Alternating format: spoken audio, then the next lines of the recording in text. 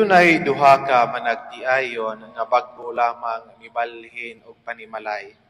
Og niya nang buntag nakita sa asawa nga ang ilang silingan ng halay og sinina nganha sa ilang kilid.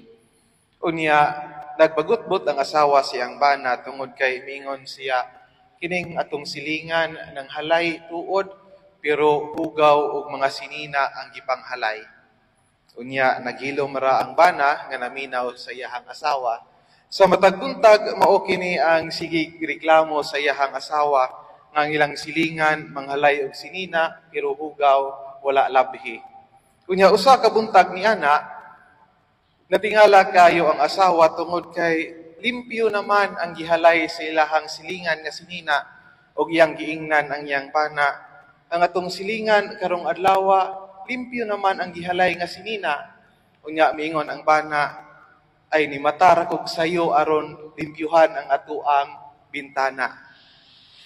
Kini nagpakita kanato nga at times we judge others according only to what we see.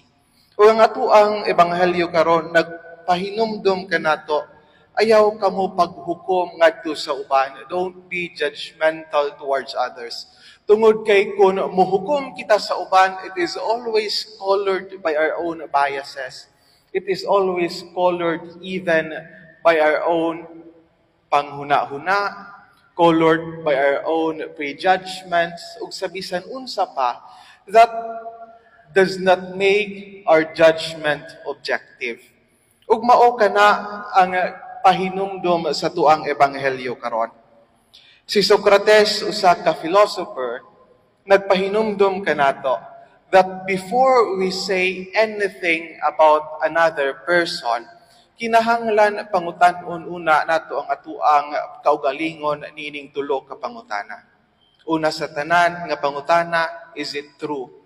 Unsa man katinuod ang atuang giistorya, aduna batay igong ebidensya pagpamatuod nga ang atuang giistorya tinuod.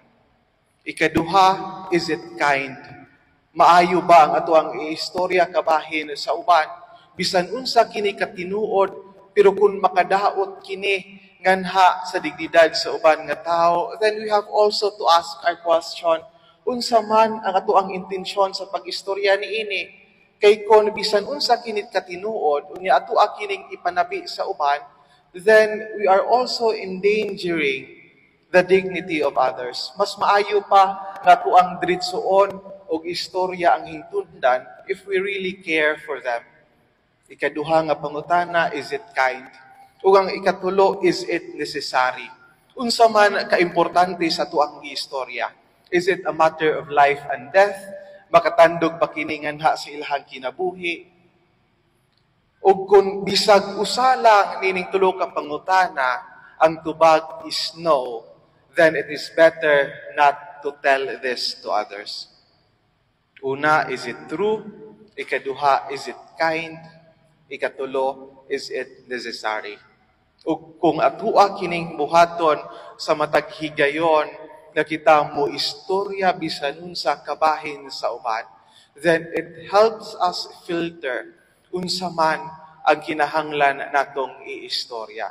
And through that, hopefully, it will help us becoming less judgmental towards others.